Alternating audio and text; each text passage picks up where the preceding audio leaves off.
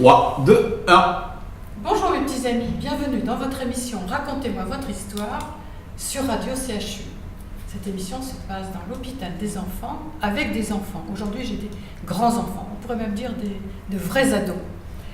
Et nous avons 3 journalistes qui vont interviewer tout à l'heure l'invité que j'ai choisi, qui vient d'ailleurs pour la 2e fois. Et nous avons une première journaliste qui s'appelle Luna. Bonjour Luna, merci d'être là. Bonjour. Tu as un joli sourire. Nous avons un jeune homme qui s'appelle Maxime. Salut Maxime, tu es content d'être là? Oui. Tu pouvais pas me dire non à toute façon. Et nous avons un grand ado qui s'appelle Michael. Bonjour Michael, merci aussi d'être là. Et alors nous avons un invité qui s'appelle Pascal. Et alors Pascal, dis-nous en 1 ou 2 mots d'ailleurs qui te caractérisent ce que tu fais et après tu répondras aux questions. Alors, il faut orienter le micro vers Pascal. Eh bien Chantal, je suis artiste et plus précisément musicien et magicien. C'est top. Tu vas répondre aux questions. Qui veut poser la première? Non. Vas-y, tu peux poser. Celle-là.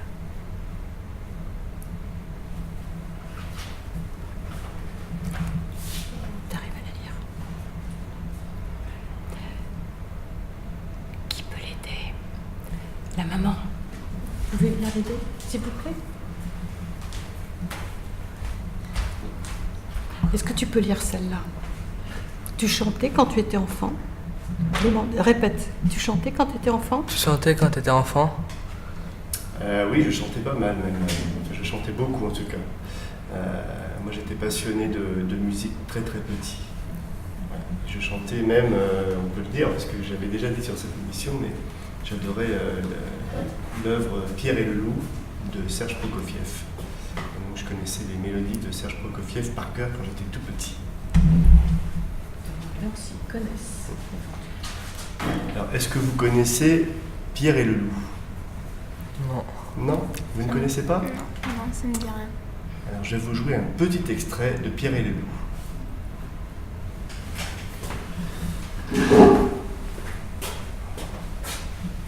On va leur faire découvrir Pierre et le loup.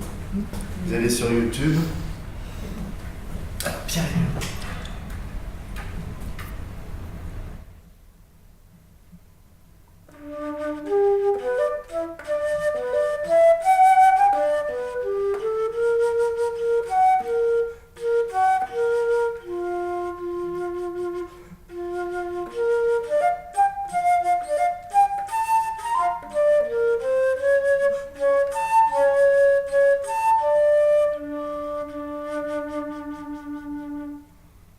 Jamais entendu?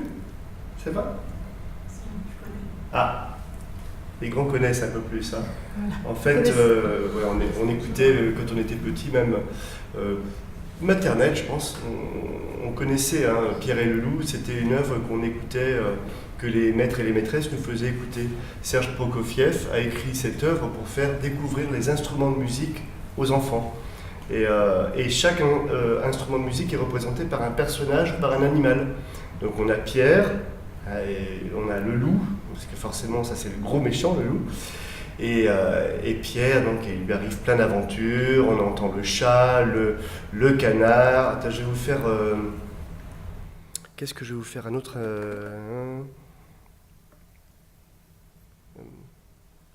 Je vais vous faire le chat.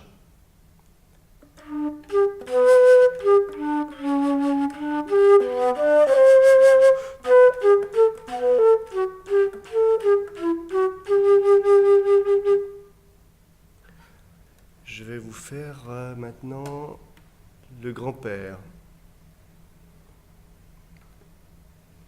Non, c'est pas ça. Je refais.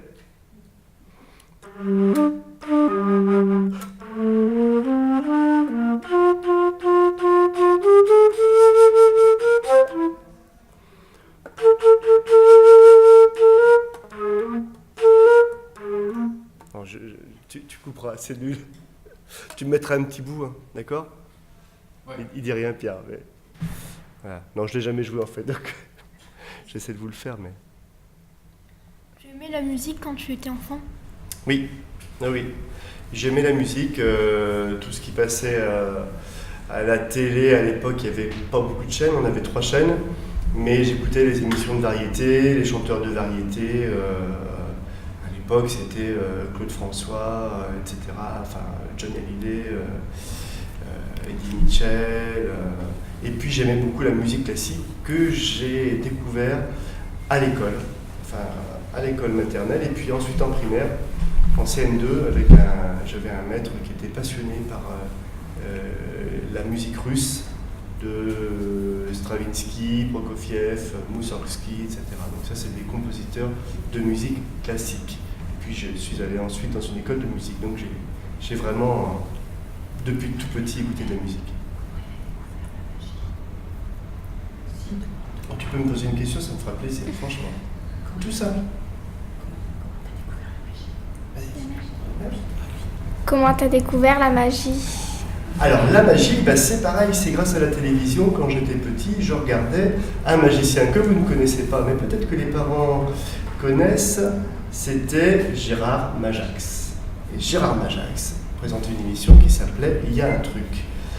Et donc, il faisait un tour de magie, il l'expliquait ensuite. Et moi, je refaisais les tours de magie à ma famille et à mes copains.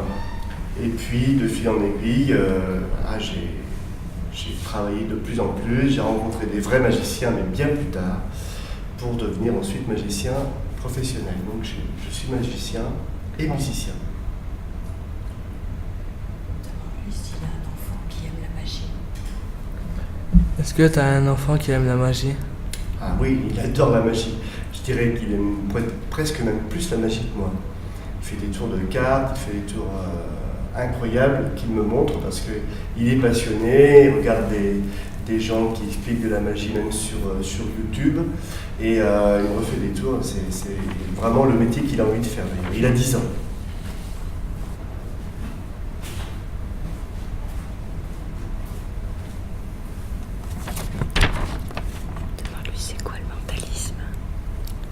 C'est quoi le mentalisme?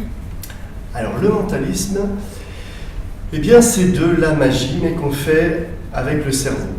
On va faire des performances de mémoire, on va essayer d'influencer les spectateurs pour leur faire choisir quelque chose. On va faire aussi des lectures de pensée, ou en tout cas quelque chose qui s'approche de ça. En fait, on donne l'illusion d'avoir des super pouvoirs avec notre cerveau. Comme quand on est magicien, on est là pour faire rêver les gens sur les pouvoirs extraordinaires de l'être humain. Demande-lui s'il mélange la magie et la musique. Est-ce que vous mélangez la musique et la magie?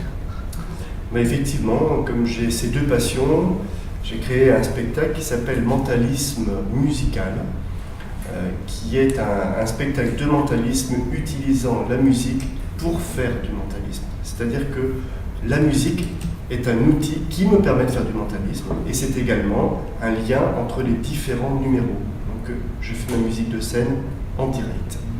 Et c'est un spectacle d'ailleurs que je vais jouer au Théâtre des Beaux-Arts en février et mars 2019 à Bordeaux. Demande-lui s'il fait de la magie avec des enfants. Est-ce que vous faites de la magie avec des enfants? Non, parce que je déteste les enfants. Donc, non, je plaisante. J'ai un spectacle avec un autre magicien qui s'appelle Le Monde Magique, où on est dans l'univers un peu de Tim Burton. Vous connaissez Tim Burton? Non. Ça vous dit rien? Non. Batman, qu'est-ce qu'il a fait encore? Il a fait plein L'étrange Noël de Monsieur Jack. L'étrange Noël de Monsieur Jack, Charlie et la chocolaterie. Vous avez jamais vu Charlie et la chocolaterie? Si. Ah voilà. Et bien c'est Tim Burton, c'est un grand réalisateur qui a créé ce film. Et nous on utilise cet univers musical. Il y a vraiment un univers qui fait rêver, qui est très féerique, un univers musical très particulier.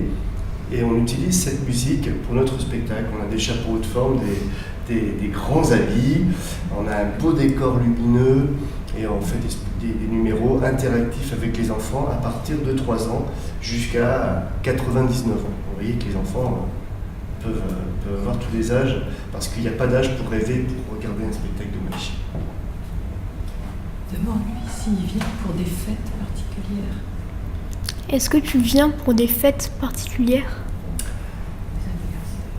Oui, mon métier de magicien m'amène à travailler énormément dans le monde de l'événementiel. Ce qu'on appelle l'événementiel, c'est des spectacles pour des événements particuliers, que ce soit un anniversaire, une fête d'entreprise, une fête d'école, par exemple. Ça, c'est effectivement pour les enfants. Je fais des fêtes d'école, je joue pour les APE, les associations de parents d'élèves. Et puis, je joue aussi pour les mariages. Là, c'est plus de la magie d'adultes, si on veut. C'est des tours de cartes, des tours de cordes, des tours de pièces. D'ailleurs, je vous en ferai tout à l'heure si vous avez un petit peu de temps. Et puis ensuite, je fais des concerts, je fais des spectacles aussi. Donc, c'est vraiment très très varié. Je ne sais pas si j'ai répondu à la question. Je peux poser la flûte? Ça ne vous dérange pas? Aïe. Tu peux peut-être s'ils ont assisté à des spectacles. Alors, et vous, est-ce que vous êtes passionné par quelque chose? Est-ce que vous faites de la musique? Est-ce que vous faites une matière artistique, du dessin? Je ne sais pas. Luna, est-ce que tu fais quelque chose? Non? Tu as un sport que tu aimes? De la danse. Ah, tu fais de la danse classique ou du jazz? C'est danse gym. Danse gym, donc ça s'appelle comment? Fitness. Fitness. Ah ouais, donc là c'est super énergique. D'accord, et t'aimes la musique donc? Oui. Oui. Ok. Et toi Max? Non, moi je fais du foot. Du foot? Je Ah c'est fais super. je fais pas de musique, non. Oh, c'est pas grave, c'est bien le foot. Ce qui est bien c'est d'avoir une passion. Oui. Hein? Et tu joues quoi comme poste? Attaquant. Attaquant, waouh! Et t'aimes ça, t'as une vraie passion le foot? Oui, j'aime bien. Ouais, t'aimes bien. Ça me plaît. Super. Et toi Mickaël? Je fais du djembé. Du djembé? Tu l'as pas apporté? Non, on aurait dû faire il est à l'école. Il est à l'école. D'accord. Donc tu fais du djembé et puis tu as une autre passion? Ouais, je fais du foot en club. Tu fais du foot en club. Dans quel club? Ça s'appelle Léo Lagrange, des Gitanos. D'accord. Et t'es un bon joueur? Ouais. Tu veux devenir footballeur professionnel? Oui. T'as quel poste toi? Défenseur. Défenseur. Très bien. T'as marqué beaucoup de buts dans ta vie? Non. Non. Ouais, c'est normal, hein, défenseur. Moi j'étais défenseur aussi. Mais alors moi j'étais complètement nul, tu vois. Et j'ai marqué 2 buts dans ma vie, dont un contre mon camp. Donc tu vois, j'ai bien fait de faire musicien et magicien, ça me va beaucoup mieux.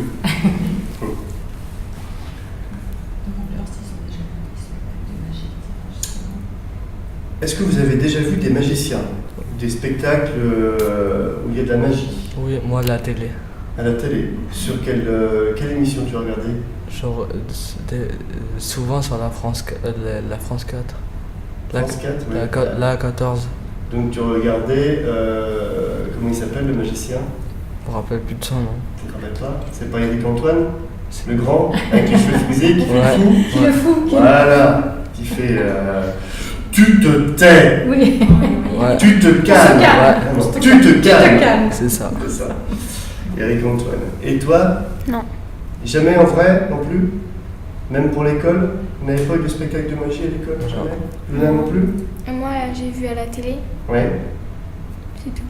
Bon, écoutez, si vous voulez voir un spectacle de mentalisme avec de la musique, il faudra bien me voir au théâtre de l'atelier, au théâtre des Beaux-Arts. La radio, c'est pas fait pour moi non plus ça. Au théâtre des Beaux-Arts. Pas grave du tout. Voilà. Quand? Du 28 février au 16 mars. Ce sera les jeudis, vendredis et samedis. C'est un théâtre qui est juste derrière le conservatoire de Bordeaux, à côté des Beaux-Arts. Alors, on n'est pas très loin des quais d'ailleurs. Tout à fait. Nous sommes à un quart d'heure. Fais essayer un tour de magie, ça t'ennuie, pour voir ce que ça donne. Ben, disons qu'à la radio, ça donnera rien parce que les gens vont pas se rendre compte de ce qui se passe, quoi. Ce que je propose, c'est que je joue un petit morceau de jazz, par Ouais. exemple, tu vois ça, et Ça, vous ouais. me posez des questions après sur ce que vous Ah, t'es voulez. d'accord? Allez, ok, un petit morceau. Pascal va prendre son saxo pour nous enchanter.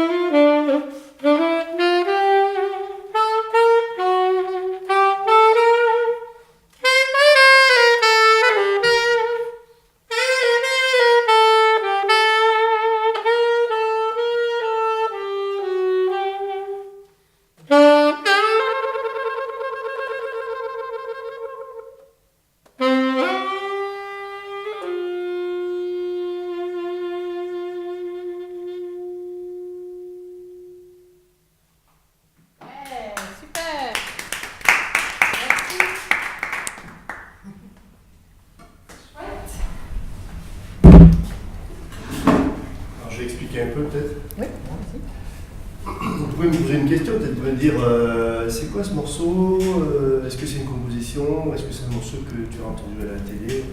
Tu me poses une question, vas-y, ce que tu veux, vas-y. Une question en vrac. En vrac, sur cette chanson. Est-ce que tu as aimé déjà? Oui.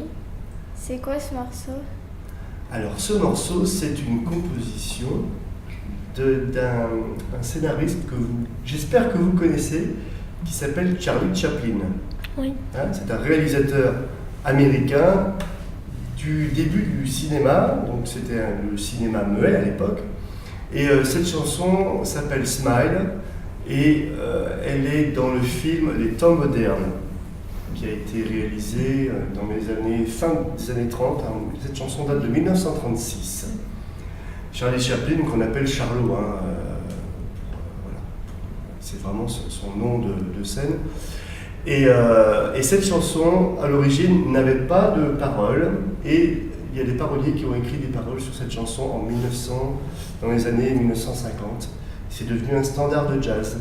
Mais à l'origine, avant d'être un standard de jazz, c'était une chanson qu'on entendait dans les films de Chaplin. Enfin, le film, Les Temps modernes. Est-ce que vous connaissez Les Temps modernes? Vous avez déjà vu? Non. Moi, je vous conseille vraiment de regarder les films de Charlie Chaplin si vous avez l'occasion. Vous pouvez aller sur YouTube, il y a forcément quelques films que vous pourrez voir. C'est en noir et blanc, les premiers films étaient sans paroles, ensuite les derniers films, Les Feux de la Rampe, etc., on a des paroles, parce que le cinéma est devenu parlant à la fin pour lui, mais au début c'était du cinéma muet. Et c'est des super gags, c'est très très bien écrit, c'était un très très grand acteur. Un des premiers grands acteurs de l'histoire du cinéma d'ailleurs. Il a commencé sa carrière en 1913 ou 1914. Et le cinéma existait depuis une quinzaine d'années. S'il compose des chansons. Est-ce que tu composes des chansons? Des musiques. Des musiques? Je compose des musiques, pas de chansons, mais des musiques, oui, je compose des musiques surtout pour mes spectacles. Notamment mon spectacle Mentalisme musical. Donc j'ai plusieurs chansons qui sont de moi, forcément. Mais également pour mon quintet de jazz. J'ai un quintet, où on fait des concerts de jazz, des festivals, on joue dans des clubs, etc. On reprend des chansons qui existent déjà, ou des morceaux qui existent déjà, mais je compose également pour ce groupe.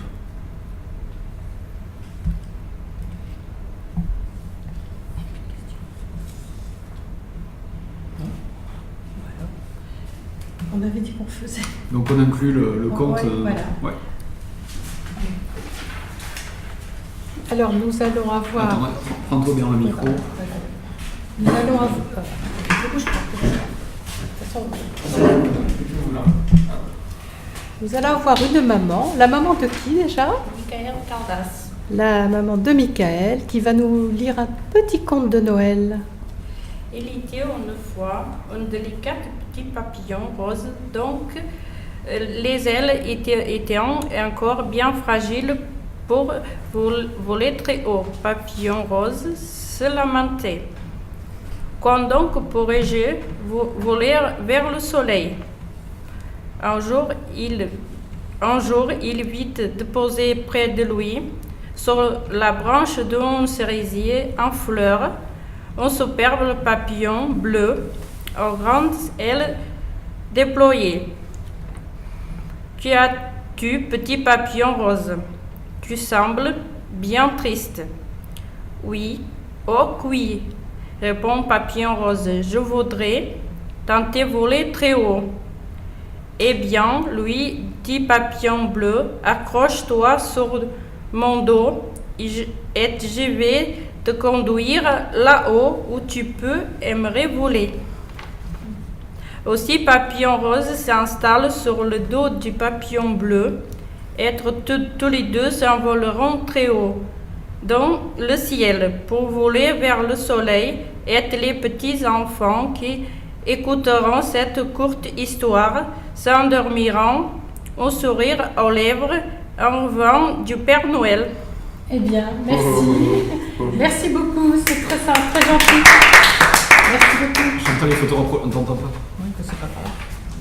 Merci beaucoup. Voilà, ben notre émission se termine. On a eu droit à de la jolie musique, un joli conte. Voilà, je remercie mes grands journalistes. Merci Michael. Tu es content d'avoir participé? Oui. Super. Je remercie Maxime. Merci. Merci Maxime. Au revoir. Je remercie Luna. Merci à toi. Tu vois que tu as posé des questions. C'était génial. Et je remercie particulièrement Pascal. On va lui faire un énorme bravo. Merci. Merci beaucoup. C'est toujours un plaisir de venir dans ton émission, Chantal. Ah, tu es gentil. Et alors, on remercie... tu veux faire la voix du Père Noël? Et je remercie Pierre, notre ingénieur, qui fait l'enregistrement. Et nous avons également le Père Noël avec nous, qui va nous dire au revoir. Oh oh oh, au revoir les enfants. Au revoir tout le monde, au revoir mes petits amis. Et ben voilà.